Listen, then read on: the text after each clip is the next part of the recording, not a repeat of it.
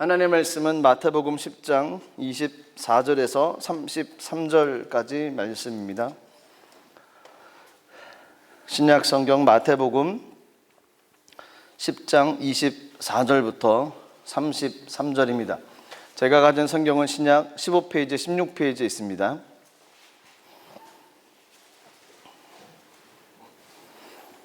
마태복음 10장 24절에서 33절까지 말씀을 제가 붙들어 봉독하도록 하겠습니다. 제자가 그 선생보다 또는 종이 그 상전보다 높지 못하나니 제자가 그 선생 같고 종이 그 상전 같으면 조카도다. 집 주인을 바알세불이라 하였거든 하물며 그 집 사람들이랴. 그런즉 그들을 두려워하지 말라. 감추인 것이 드러나지 않을 것이 없고 숨은 것이 알려지지 않을 것이 없느니라. 내가 너에게 어두운 데서 이르는 것을 광명한 데서 말하며 너희가 귓속말로 듣는 것을 집 위에서 전파하라. 몸은 죽여도 영혼은 능히 죽이지 못하는 자들을 두려워하지 말고 오직 몸과 영혼을 능히 지옥에 멸하실 수 있는 이를 두려워하라. 잠새 두 마리가 한 아사리온에 팔리지 않느냐. 그러나 너희 아버지께서 허락하지 아니하시면 그 하나도 땅에 떨어지지 아니하리라. 너희에게는 머리털까지 다 세신 바 되었나니 두려워하지 말라. 너희는 많은 참새보다 귀하나니 누구든지 사람 앞에서 나를 시인하면 나도 하늘에 계신 내 아버지 앞에서 그를 시인할 것이요 누구든지 사람 앞에서 나를 부인하면 나도 하늘에 계신 내 아버지 앞에서 그를 부인하리라. 아멘. 기도하겠습니다. 살아계신 하나님, 은혜를 감사드립니다. 늘 주님 바라보며 나가는 우리들의 믿음의 길 성령이여 함께해 주시고 성령으로 충만하게 주님 채워 주시옵소서. 우리가 가는 길 가운데 오직 주님만이 드러나가 하시옵소서. 오직 주의 영광만이 나타나게 하여 주시옵소서. 하나님, 코로나가 아직도 이 세상 가운데 만연합니다. 하나님, 속히 이 재앙이 물러가게 하옵소서. 나라가 회복되어지고 경제와 사회, 문화, 교육 모든 분야가 정상으로 회복되어질 수 있도록 은혜를 내려 주옵소서. 몸된 재단 하나님 지키시고 이 재단이 하나님 은혜를 부어 주시옵소서. 하나님, 힘든 코로나의 터널도 지나 여기까지 왔습니다. 오직 하나님께서 하셨사오니 오직 하나님의 거룩한 영광만이 늘 이 가운데 충만히 임하게 하시고 그 은혜가 우리 믿음의 모든 가정들 삶 속에 충만히 동일하게 임하게 하여 주시옵소서. 이 시간 하나님 말씀을 나누길 원합니다. 주님 주신 마음 함께 나누길 원하오니 이 가운데 오직 주님만이 증거되게 하여 주시옵소서. 예수님 이름으로 기도드리옵나이다. 아멘. 마태복음 10장 24절에서 33절까지 말씀을 가지고 두려워하지 말고 시인하라. 두려워하지 말고 시인하라. 이런 제목으로 같이 말씀을 나누도록 하겠습니다. 마태복음 10장은 계속 저희가 말씀을 보고 있는데요. 예수님께서 12제자를 택하시는 부분이 나옵니다. 그리고 그들에게 귀신을 쫓아내며 모든 병과 약한 것을 고치는 능력을 주셨다라고 말씀을 하셨습니다. 그리고 그들을 파송을 합니다. 파송해서 가는 곳곳마다 하나님의 나라를 선포하라고 하셨습니다. 그리고 지지난주에 같이 말씀을 나눴던 것처럼 그들이 복음을 증거하고 나갈 때 지혜가 필요하다고 그랬습니다. 그래서 뱀같이 지혜로워라. 말을 잘 해야 된다라는 겁니다. 그 말은 그들의 이야기가 아니라 하나님의 나라 이야기를 해야 된다는 거였습니다. 그들의 생각을 말하는 것이 아니라 하나님 주신 은혜를 말하라라는 거였습니다. 그리고 오늘 계속 이어지는 내용 가운데 보면 복음을 전하는 제자들 가운데 어려움이 닥치는 이야기를 계속 당부를 합니다. 그래서 오늘 읽었던 본문에 보면 제자들에게 3번이나 걸쳐서 두려워하지 말아라 라는 당부의 얘기를 하십니다. 26절에도 그런즉 그들을 두려워하지 말라라고 말씀을 하시고 28절에도 몸은 죽여도 영혼은 능히 죽이지 못하는 자들을 두려워하지 말라. 그리고 31절에도 두려워하지 말라. 그러니까 계속 두려워하지 말아라, 두려워하지 말아라, 두려워하지 말아라 반복을 하십니다. 그리고 정말로 두려워할 것이 무엇인지에 대해서 28절 하반전에 이야기를 하셨습니다. 오직 몸과 영혼을 능히 지옥에 멸하실 수 있는 일을 두려워하라. 제자들이 복음을 증거하고 나갈 때 어려움이 계속 있을 수밖에 없다는 겁니다. 그래서 제자들에게 두려워하지 말아라는 당부를 계속하시고 정말로 두려워할 것은 이것이다 라고 얘기를 하셨습니다. 오늘 그 내용을 좀 같이 보도록 하겠습니다. 먼저 26절에 그런즉 그들을 두려워하지 말아라. 이 이야기는 앞뒤 9절 24절부터 내용을 쭉 볼 텐데, 그 내용 가운데 무엇을 두려워하지 말아라 라는 의미가 아니면요, 고난을 두려워하지 말라라는 거였습니다. 제자들이 복음을 증거할 때, 또 저희들이 그리스도인으로 이 땅을 삶을 살아갈 때 미움도 또 박해도 고난도 겪을 수 있다는 것입니다. 그럴 때 주님 생각하라는 것입니다. 예수님께서 먼저 받으실 고난을, 주님께서 먼저 경험하셨던 그 믿음의 고난들을 생각을 하라는 겁니다. 예수님께서도 그 고난을 다 이기고 나가셨습니다. 주님 바라보고 나가야 된다라는 당부의 이야기입니다. 24절, 25절 말씀을 보겠습니다. 제자가 그 선생보다 또는 종이 그 상전보다 높지 못하나니 제자가 그 선생 같고 종이 그 상전 같으면 조카도다. 집주인을 바알세불이라 하였거든 하물며 그 집 사람들이랴.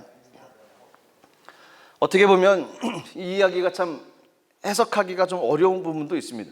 제자가 그 선생보다 또는 종이 그 상전보다 높지 못하나니 제자가 그 선생 같고 종이 그 상전 같으면 조카다. 어떻게 보면 이 이야기를 그냥 문맥상으로 그냥 글자 그대로 받아들이게 되어지면 제자는 절대로 선생보다 나을 수 없다, 이렇게 이야기할 수도 있습니다.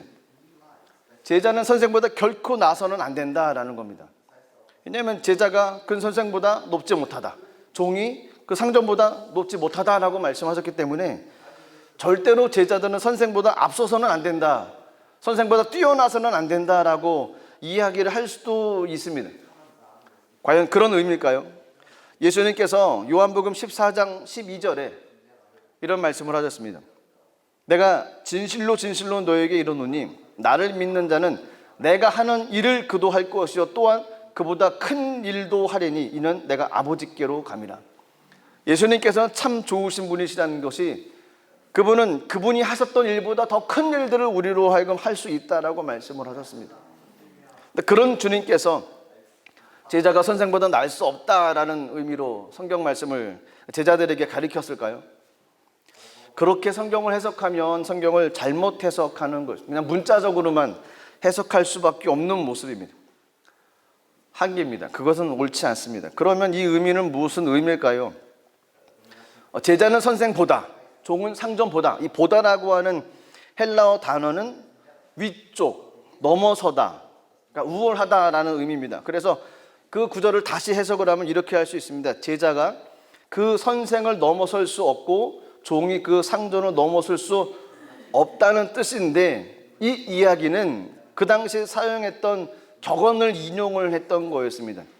높고 낮음을 이야기했던 것이 아니고, 이 이야기는 어떤 이야기냐면 예수님께서도 고난과 핍박을 받으셨다는 겁니다. 그런 것처럼 제자들도 예수님께서 당하셨던 고난과 핍박에서 벗어날 수 없다는 겁니다. 동일하게 받을 그 고난과 역경을 겪고 가야만 된다는 것입니다. 예수님은 십자가까지 짊어지셨습니다. 저희 보고 십자가지라고는 하시지 않으시죠.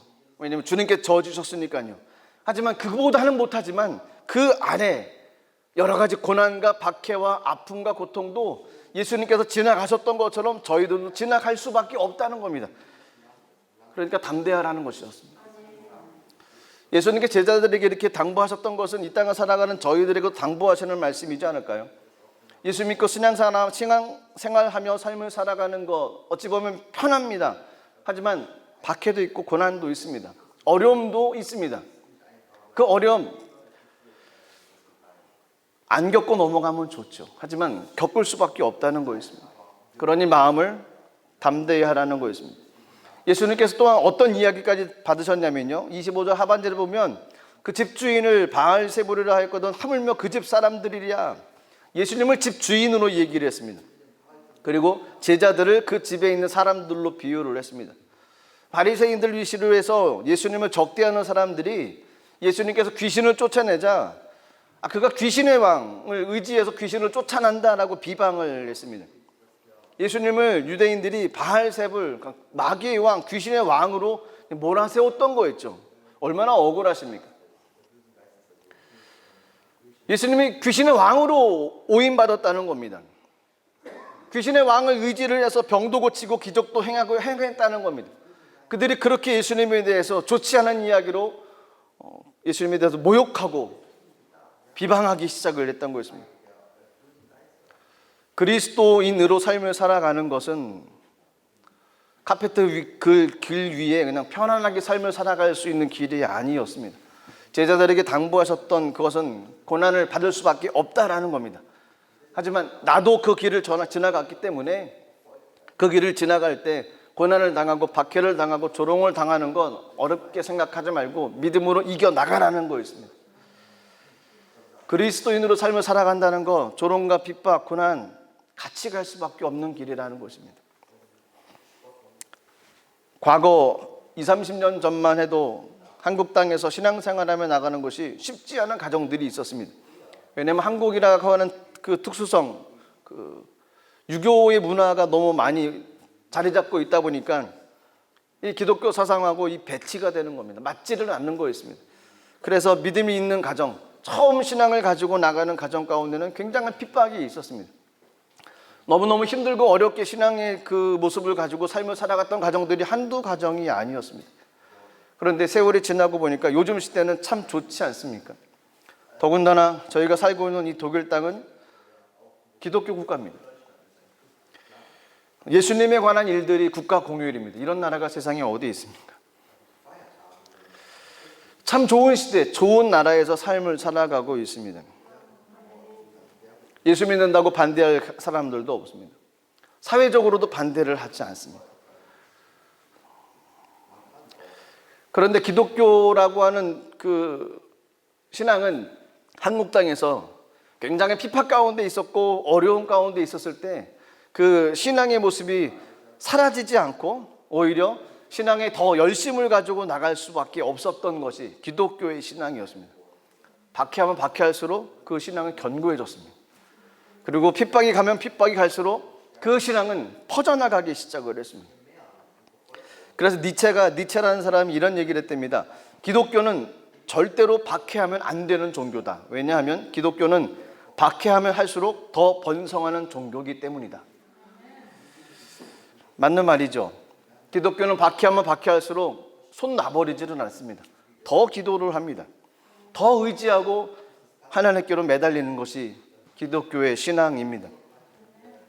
오늘 글에 보니까 농촌에서보다 도시에서 동창회가 더 잘 되고 농촌 사람들보다 도시 사람들이 신앙생활을 더 잘한다라는 글이 있더라고요.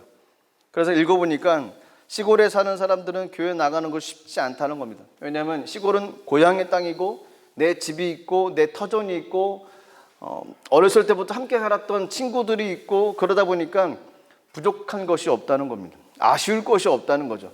긴장할 필요도 없고 매달려서 부르짖고 기도할 필요성을 느끼지 못한다는 겁니다. 그런데 고향을 떠나서 도시로 삶을 살아가면 도시는 얼마나 치열합니까? 한국의 서울은 얼마나 치열합니까? 마음이 편안해 안정이 둘 데가 없다는 것이죠. 그래서 그들은 신앙의 열심을 가지고 이겨나가려고 애를 씁니다. 고향을 떠나서 타국에 사는 사람들은 더 하지 않습니다. 저희들 같은 경우죠. 독일의 삶을 살아가는 동안에 고향에 대한 그리움 때문에 더 모여서 예배하고 기도하는 모습들이 있습니다. 그런데 문제가 있습니다. 나라가 안정될수록 하나님을 덜 찾는다는 것이죠. 복지가 좋을수록 하나님에 대한 열정과 하나님에 대한 열망이 식어든다는 것입니다. 그렇게 기도하고 그렇게 매달리지를 않아도 환경적으로 또 사회적으로 채워지는 것들이 많이 있다 보니까 갈급하지가 않다는 거였습니다. 그래서 점점 하나님이 필요 없게 되어지죠. 그냥 절기 하나, 그냥 공휴일이 하나로 그렇게 삶을 살아가고 있는 것이 이 땅의 모습이 아닌가 싶습니다. 고난이 오고 박해가 오면 열심히 기도합니다. 또 삶이 풍요롭고 좋으면 그 반대로 나가야만 됩니다. 삶이 풍요로울 때일수록 좋다 그러고 누리는 것이 아니고 열심을 내야만 됩니다. 어느 방향으로 열심을 내야지 오를까요? 하나님의 방향으로 열심을 내야만 됩니다. 이 땅에서 있는 동안에 많은 분들은 시간이 많다라고 이야기도 할 수 있습니다. 시간이 많습니까? 그 시간 하나님 성경 읽는데 한번 도전해 보십시오. 눈이 좀 침침하시다고요? 기도하는데 한번 도전해 보십시오. 하나님께 투자하고 하나님께로 나가는 방향을 찾으면 시간이 남지를 않습니다. 새벽에 일어나서 기도해 보십시오. 또 영혼들을 위해서 중보해 보십시오. 그쪽으로 나가는 것입니다. 삶이 평안하고 우리 가운데 넉넉함이 있는 이 사회에서 삶을 살아가는 동안에 참 좋다 그것이 아니고 그렇게 좋을수록 하나님께로 나가보는 것입니다. 그러면 하나님의 은혜가 더 크게 분명히 임할 것입니다. 예수님께서 가장 먼저 제자들에게 두려워하지 말아라 라고 얘기했던 것은 고난을 대해서, 고난받는 것에 대해서, 역경을 만나고 넘어가는 것에 대해서 두려워하지 말아라 라고 얘기를 하셨습니다. 그렇습니다. 저희들이 신앙생활하며 삶을 살아가는 동안에 힘들고 어려움도 있습니다. 하지만 두려워하지 마십시오. 요한복음 16장 33절에 보면 주님께서 이렇게 말씀하셨습니다. 이것을 너에게 이르는 것은 너희로 내 안에서 평안을 누리게 하려 함이라. 세상에서는 너희가 환난을 당하라. 담대하라. 내가 세상을 이기었노라. 예수님의 제자들은 세상을 이긴 사람들입니다. 예수를 믿고 삶을 살아가는 저희들도 세상을 이긴 사람들입니다. 결코 두려워하지 마시고 믿음 가지고 복음 가지고 나가는 귀한 삶이 되어야 될 줄로 믿습니다. 미움받고 핍박받고 멸시당했던 제자들에게 주님께서 위로의 말씀을 한 가지를 주셨습니다. 그 위로의 말씀은 26절 말씀입니다. 26절 말씀이 이렇게 되어 있습니다. 그런즉 그들을 두려워하지 말라. 감추인 것이 드러나지 않을 것이 없고 숨은 것이 알려지지 않을 것이 없느니라. 이것도 역시 그 당시 유대인들에게 사용했던 격언이었습니다. 하나님께서 모든 것을 보고 계신다는 겁니다. 결국 드러날 수밖에 없다는 거였습니다. 복음을 증거하다가 핍박을 당하고 고난을 당합니다. 하지만 그 복음은 드러날 수밖에 없다는 거였습니다. 이해하지 못하는 모습으로 주님께서 멸시를 당했습니다. 바알세불이라고 하는 말도 되지 않은 일을 가지고 잘못 사람들이 이야기를 하기 시작했습니다. 모든 핍박과 모든 고난, 하지만 나중에는 예수 그리스도만이 나타날 수밖에 없습니다. 복음이 드러날 수밖에 없다는 거였습니다. 하나님의 진리라는 것이 드러날 수밖에 없다는 거였습니다. 그래서 저희들이 예수님 붙잡고 삶을 살아가야만 됩니다. 그러면 주님께서 언젠가는 하나님의 은혜로서 우리를 세워주실 때가 분명히 올 것입니다. 두 번째로 두려워하지 말라라는 구절이 28절에 나옵니다. 그리고 두려워하라라는 단어도 28절에 나옵니다. 그럼 27절, 28절을 읽겠습니다. 내가 너에게 어두운 데서 이르는 것을 광명한 데서 말하며 너희가 귓속말로 듣는 것을 집 위에서 전파하라. 몸은 죽여도 영혼은 능히 죽이지 못하는 자들을 두려워하지 말고 오직 몸과 영혼을 능히 지옥에 멸하실 수 있는 이를 두려워하라. 무엇을 두려워하지 말고 무엇을 두려워하라는 이야기일까요? 사람을 두려워하지 말라라는 말씀이고 하나님을 두려워하라라는 이야기입니다. 27절에서 어두운 데서 이르는 것, 그리고 귓속말로 듣는 것, 이것은 예수님께 제자들을 따로 불러내서 제자들에게만 말씀해 주신 그 말씀들을 의미한다고 합니다. 12명의 제자들을 택하시고 부르시고 비유로 말씀해 주시고 하늘나라의 비밀을 가르쳐 주셨습니다. 그래서 주님께서 가르쳐 주셨던 것들, 그들이 들었던 것들, 그 들었던 것을 어떻게 하라고 하시냐면 광명한 데서 말하라 라고 얘기합니다. 그리고 집 위에서 전파하라 라고 27절에 되어 있습니다. 광명한 데서 말하라, 집 위에서 전파하라. 어떤 의미일까요? 주님께서 제자들에게 가르쳐 주셨던 내용들, 그 내용들을 공개적으로 전하라라는 겁니다. 핍박이 오고 고난이 오지만 12명의 제자들에게 복음 들고 나가는 동안에 그동안 주님께서 가르쳐 주셨던 것을 공개적으로 말하라라는 겁니다. 그들의 이야기가 아니고 주님께서 가르쳐 주셨던 것을 말하라라는 거였습니다. 복음을 전하는 일, 그리고 그리스도인으로 삶을 살아가는 일, 핍박이 옵니다. 하지만 사람을 두려워하지 말라라는 겁니다. 복음을 담대히 증거하라라는 겁니다. 사람을 두려워해서는 안 된다라는 거였습니다. 사람을 두려워하다 보면 믿음을 지킬 수 없다는 거였습니다. 사람을 두려워하지 마십시오. 하나님을 두려워해야 됩니다. 잠언 29장 25절에 보면 이렇게 말씀하십니다. 사람을 두려워하면 올무에 걸리게 되거니와 야훼를 의지하는 자는 안전하리라. 사람을 두려워하면 사람이 종이 됩니다. 사람을 의지하지 말라는 것입니다. 두려워하지 말고 하나님을 의지하고 하나님을 바라보며 삶을 살아나가라는 거였습니다. 좀 더 구체적으로 보면 이 이야기는 어떻게 보면 세상 권력자들을 두려워하지 말라라는 의미로 볼 수도 있습니다. 마틴 루터가 1521년 4월 18일 볼음스에서 열린 제국의회에 호출을 당했습니다. 당시 황제가 개최한 종교 재판이 그때 열렸습니다. 대다수의 사람들은 참석하지 말라고 했습니다. 가면 죽을 게 뻔하니까요. 그런데 마틴 루터는 참석해서 재판을 받았습니다. 루터는 책에서 주장한 내용을 철회하라는 요구를 받는데 황제와 추기경과 그 영주들 앞에서 이렇게 얘기를 했답니다. 성서의 증거와 명백한 이성에 비추어 나의 유죄가 증명되지 않는 이상 나는 교황과 교회 회의의 권위를 인정하지 않겠습니다. 사실 이 둘은 오류를 범하여 왔고 또 서로 엇갈린 주장을 펴왔습니다. 내 양심은 하나님 말씀에 사로잡혀 있습니다. 나는 아무것도 철회할 수 없고 또 그럴 생각도 없습니다. 왜냐하면 양심에 반해서 행동하는 것은 안전하지도 못할 뿐만 아니라 현명한 일도 아니기 때문입니다. 하나님이여 이 몸을 도우소서. 그의 고백이었습니다. 목숨을 건 주장이었습니다. 종교 재판의 두려움도 그는 이겨냈습니다. 왜냐하면 그 마음이 하나님 말씀으로 굳게 사로잡혔기 때문에 그렇습니다. 마틴 루터는 세상 권력자들에게 그들을 두려워하지 않았다는 거였습니다. 이러한 믿음이 우리 가운데 있기를 간절히 소망합니다. 독립운동가였던 최재화 목사님이란 분이 계셨습니다. 이분은 중국 화북신학교를 졸업하고 산동지방의 나우강 교회를 개척해서 목회를 하고 계셨던 분이랍니다. 어느 날 주일날 예배를 드리고 있었는데 이 도적대들이 총을 들고서 들이닥쳤답니다. 성도들이 술렁술렁거리기 시작을 했습니다. 목사님이 교인들을 안정시키고 계속 설교하고 예배를 드리고 있는데 갑자기 예배당문을 발로 걷어차고서 막 들어옵니다. 욕을 해대고 강대상에 올라오고 심지어 목사님 목에 총구를 대면서 하지 말라는 거죠. 그럴 때 태연하게 목사님이 이렇게 얘기를 했답니다. 내가 죽는 것은 어려운 일이 아니오만 당신들은 걱정이요. 당신들 예수 믿어야 지옥 안 가고 구원받을 수 있어. 이 마적대들이 어이가 없었던 것 같습니다. 그래서 무슨 소리냐고. 그럼 오늘 내가 천당 갈 수 있게 보여주겠다고. 그리고 수류탄 같은 총의 안정장치를 풀고 총을 쏘려고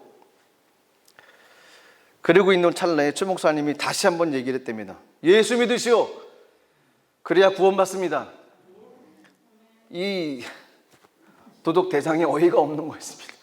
깜짝 놀래가지고 얘들아 가자. 예수쟁이들하고 얘기해봤자 입만 아프다. 빨리 가자. 그리고 나가버렸다는 겁니다. 그들이 나가고 나서 예배는 잘 마무리되고 끝난 다음에 그 예배는 정말 은혜의 도가니였습니다. 성도님들이 쫓아와서 목사님에게 손을 붙잡고 큰일 날 뻔했습니다. 어떻게 그런 용기가 났습니까? 로 물어보니까 목사님이 빙그레 웃으면서 손가락을 하늘로 가리켰다는 겁니다.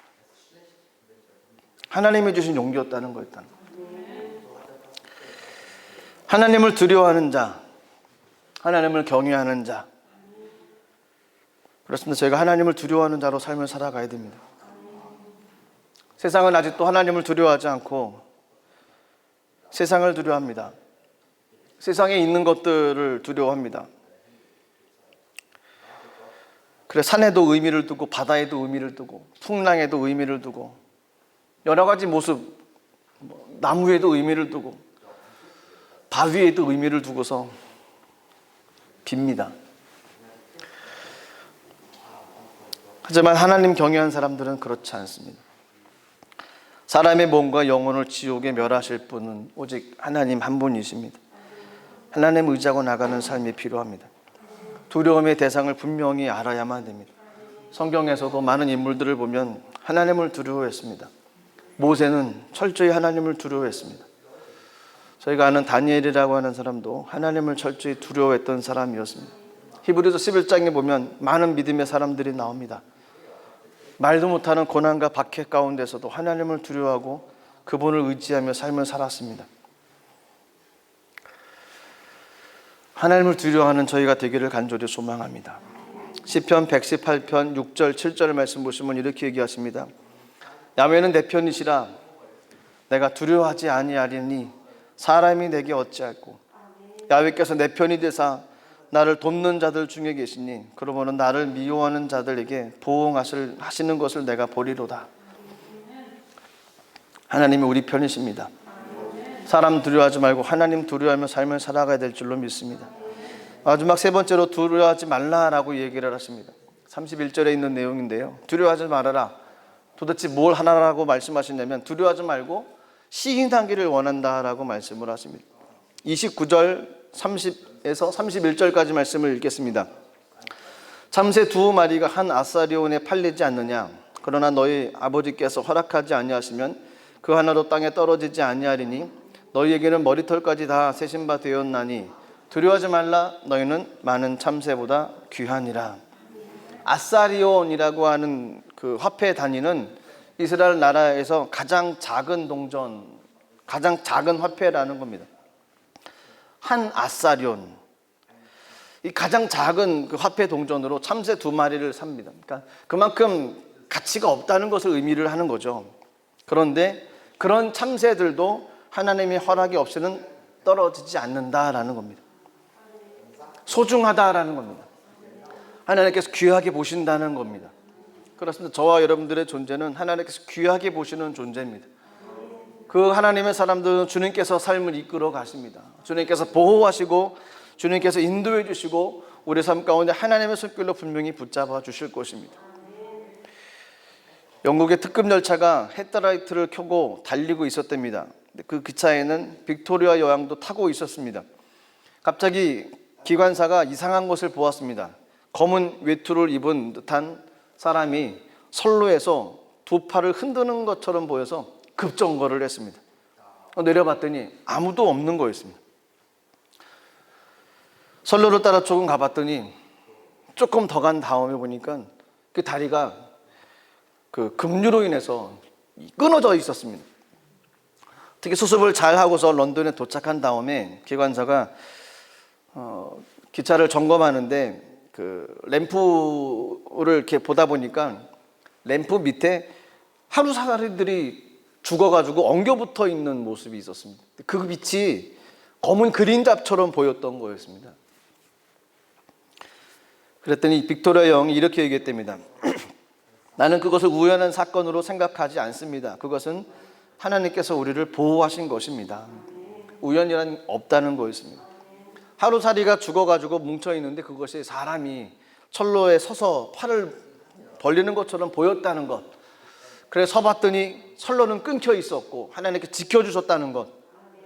우연이 아니고 하나님께서 보호하셨다는 거였습니다. 그렇습니다. 하나님께서는 머리털까지 세신 바 되셨습니다. 우리들의 앉고 일어섬도 다 아십니다. 우리의 생활을 정말 자세하게 다 아십니다. 우리가 무엇을 근심하고 있는지, 무엇을 걱정하고 있는지 주님은 다 아시다는 겁니다. 하나님께서 우리를 너무너무 사랑하십니다. 일거수일투족 다 기억하시고 계시고 우리를 지켜보고 계시다는 겁니다. 우리가 무슨 말을 하고 있는지, 어떤 생각을 하고 있는지 주님은 다 알고 계시고 우리를 주목하고 계시다는 겁니다. 그렇기 때문에 하나님 품 안에 거해서 하나님 의지하고 나가는 삶으로 삶을 살아가야 됩니다. 저와 여러분들이 어떤 존재입니까? 하나밖에 없는 아들을 죽이면서까지도 사랑을 살리셨던 분이 사람들이 저희들입니다. 들에 피었다 시들어버리는 들풀도, 공중에 나는 새들도 먹이시고 입히시는 하나님께서 저희들을 얼마나 사랑하시겠습니까? 먹이시고 입히실 뿐만 아니라 보호하시고 지키신다는 것입니다.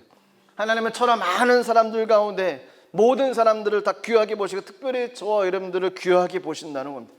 저와 여러분들의 자부심을 갖고 삶을 살아가야 됩니다. 내 자신을 너무 비하하지 마십시오. 저희는 존귀한 자입니다. 하나님의 택함 받은 사람이고 주님의 핏값으로 사심받은 사람이라는 겁니다. 비하하지 마십시오. 낙심하지 마십시오. 함부로 생각하지 마십시오. 저희는 존귀한 사람이라는 것입니다. 사람들을 두려워하는 대신에 한 가지 주님께서 요구한 것이 있습니다. 오늘 24절에서 33절까지 가운데 요구한 것이 바로 이 한 가지였습니다. 그 한 가지는 32절, 33절에 있습니다. 누구든지 사람 앞에서 나를 시인하면 나도 하늘에 계신 내 아버지 앞에서 그를 시인할 것이요, 누구든지 사람 앞에서 나를 부인하면 나도 하늘에 계신 내 아버지 앞에서 그를 부인하리라. 주님께서 원하시는 것은 사람들 앞에서 주님을 믿는다고 고백하라는 겁니다. 나 예수 믿는 사람입니다라고 고백하라는 거였습니다. 나 예수 믿는 사람입니다라고 말하라라는 거였습니다. 로마서 10장 10절에 뭐라고 기록되어 있습니까? 사람이 마음으로 믿어 의에 이르고 입으로 시인하여 구원을 이루느니라 라고 이야기를 합니다. 사람들 앞에서 당당하게 예수 믿는 사람입니다라고 고백하라는 거였습니다. 나 하나님 믿는 하나님의 자녀입니다. 나 교회 가서 하나님 섬기는 사람입니다. 이 이야기는 그 삶 가운데 그런 삶이 뒷받침되어야지만이 됩니다. 그 삶이 뒷받침되어지지 않으면 이 이야기가 참 어려워집니다. 고백하며 나가는 우리들이 되길 간절히 소망합니다. 주님께서도 사람들 앞에서 저희가 주님을 인정하고 주님을 고백하고 주님에 대한 그 많은 일들을 시인하기를 주님은 원하십니다. 두려워하지 마시고 복음을 증거하고 삶을 살아갈 때 내 이야기보다 하나님 역사하셨던 이야기를 하는 것, 그것이 오직 하나님의 영광 올려드리는 것이고 하나님 나라를 만들어가는 것입니다. 우리 입으로 예수님을 부인하지 말아야 됩니다. 우리의 삶으로 예수님을 부인하지 말아야 됩니다. 사람 앞에서 그리스도와 진리를 부인하는 생활을 하게 되어지면 하늘나라에서도 그 사람의 인격이 인정받지 못한다는 것입니다. 사람 앞에서 신앙 양심을 바로 쓰고 그리스도와 진리를 증거하는 나타나는 생활을 계속해 나가야만 된다는 것입니다. 주님께서 두려워하지 말라고 하시고 세상의 걱정과 고난을 두려워하지 말라고 하시고 주님을 두려워하라고 말씀하시며 그 믿음을 지키며 그 믿음이 드러나는 삶으로 살아가야 된다라고 말씀을 하십니다. 그것이 믿음의 사람들이 주님 오실 때까지 삶을 살아나가야 될 영원한 숙제입니다. 언제가 그런 말씀을 드렸었죠. 말씀을 살아내는 삶. 하나님께서 저에게 말씀을 주셨을 때 그 말씀 붙잡고 그 말씀을 살아내는 겁니다. 그 말씀대로 환경이 되어지는 것을 살아나는 겁니다. 힘들고 어려울 때 주님 주신 말씀이 능력이고 살아있는 말씀이라는 것을 삶으로 살아내는 것입니다. 그것이 그리스도인들이 해야 될 모습입니다. 사도 요한에게 계시 속에 주님께서 이런 말씀을 주셨습니다. 요한계시록 3장 5절에 보면 이기는 자는 이와 같이 흰 옷을 입을 것이요 내가 그 이름을 생명책에 결코 지우지 아니하고 그 이름을 내 아버지 앞과 그 천사들 앞에서 시인하리라. 주님의 말씀을 고백하며 나가는 삶을 살아가야 될 줄로 믿습니다. 그렇습니다. 오늘 마태복음 10장 24절에서 33절까지 말씀은 12 제자에게 주님 하셨던 이야기입니다. 복음을 들고 나가는 그들에게 핍박을 받을 것이다. 고난을 받을 것이다. 나도 핍박받고 나도 억울함 당하고 심지어 십자가까지 짊어졌는데 너희들도 그보다는 못하지만 고난은 당할 것이다. 하지만 두려워하지 말아라 라고 얘기하십니다. 두려워하지 마십시오. 하나님을 더욱더 의지하고 나가는 믿음이 우리 가운데 있으면 두려움의 양이 점점 줄어들 것입니다. 반대로 나가는 것입니다. 반대로 생각하는 것입니다. 두려우면 하나님 더 의지하는 것입니다. 두 번째로는 사람을 두려워하지 말고 하나님을 두려워라 라고 말씀하셨습니다. 저희가 무엇을 두려워하며 삶을 살아가고 있는지, 하나님을 두려워하면 하나님을 의지하고 나가는 삶을 살아가는 우리들이 되어야 될 줄로 믿습니다. 그리고 우리는 귀한 존재라는 것입니다. 정말 귀하고 하나님께서 귀히 여기는 존재라는 것입니다. 두려워하지 말고 그런 존재이기 때문에 많은 사람들 앞에 예수님의 이름을 증거하며 나가라는 것입니다. 그렇게 되어질 때 우리들에게 하나님의 놀라운 은혜 역사가 일어날 줄로 믿습니다. 그런 삶을 살아가시는 모든 분들 되시기를 주님의 이름으로 축복합니다. 기도하겠습니다. 살아계신 하나님 은혜를 감사드립니다. 12 제자에게 말씀하셨던 주의 마음을 다시 품게 하여 주시고 이 땅을 살아가는 동안에 때로는 고난도 오고 역경도 오고 아픔도 오고 많은 일들이 일어날 텐데 하나님 두려워하지 않고 걱정하지 않고 더욱더 주님 의지하고 나가는 귀한 삶으로 삶을 살아갈 수 있도록 은혜를 내려 주시옵소서. 사람 의지하지 않고 사람을 두려워하지 않고 하나님을 두려워하고 나가는 삶이 되게 하시고 우리 삶을 통해서 역사하셨던 그 하나님을 간증하며 많은 사람들 앞에 주님을 시인하며 나가는 귀한 삶이 되게 하여 주시옵소서. 삶으로 예비하며 나가게 하시고 삶으로 말씀을 이루어 나가는 복된 삶이 될 수 있도록 하나님 함께하여 주시옵소서. 주님께 감사드리며 예수님의 이름으로 기도드리옵나이다. 아멘. 우리 말씀을 생각하면서 같이 한번 기도하겠습니다. 우리가 무엇을 두려워하며 삶을 살아가고 있는지요? 어떤 모습과 어떤 방향으로 삶을 살아가고 있는지요? 세상 의지하지 않고 세상 두려운 삶을 살아가는 모습이 아니라 하나님 두려워하고 하나님 의지하고 나가는 삶, 때로는 고난과 핍박이 와도 주님께서 이기셨던 것처럼 능히 이길 수 있는 믿음 가지고 나가는 귀한 삶이 되고, 환경과 삶 가운데서 주님을 시인하며 하나님 영광 나타나는 복된 삶이 되는 우리들의 삶이 될 수 있게 달라고 기도하시고, 또 한 가지 더 기도할 것은 몸된 제단 가운데 하나님의 은혜가 부어줘야만 됩니다. 믿음의 가정들 가운데 하나님의 은혜가 임해야만 됩니다. 그래서 모든 질병이 물러가고 문제가 물러가고 모든 약한 것들이 물러가고 하나님의 평강과 은총과 은혜가 넘치는 우리 믿음의 가정들 될 수 있게 해달라고 우리 두 가지 놓고 다시 한번 주님의 이름 한번 부르고 통성으로 기도하겠습니다. 주여 하나님 아버지,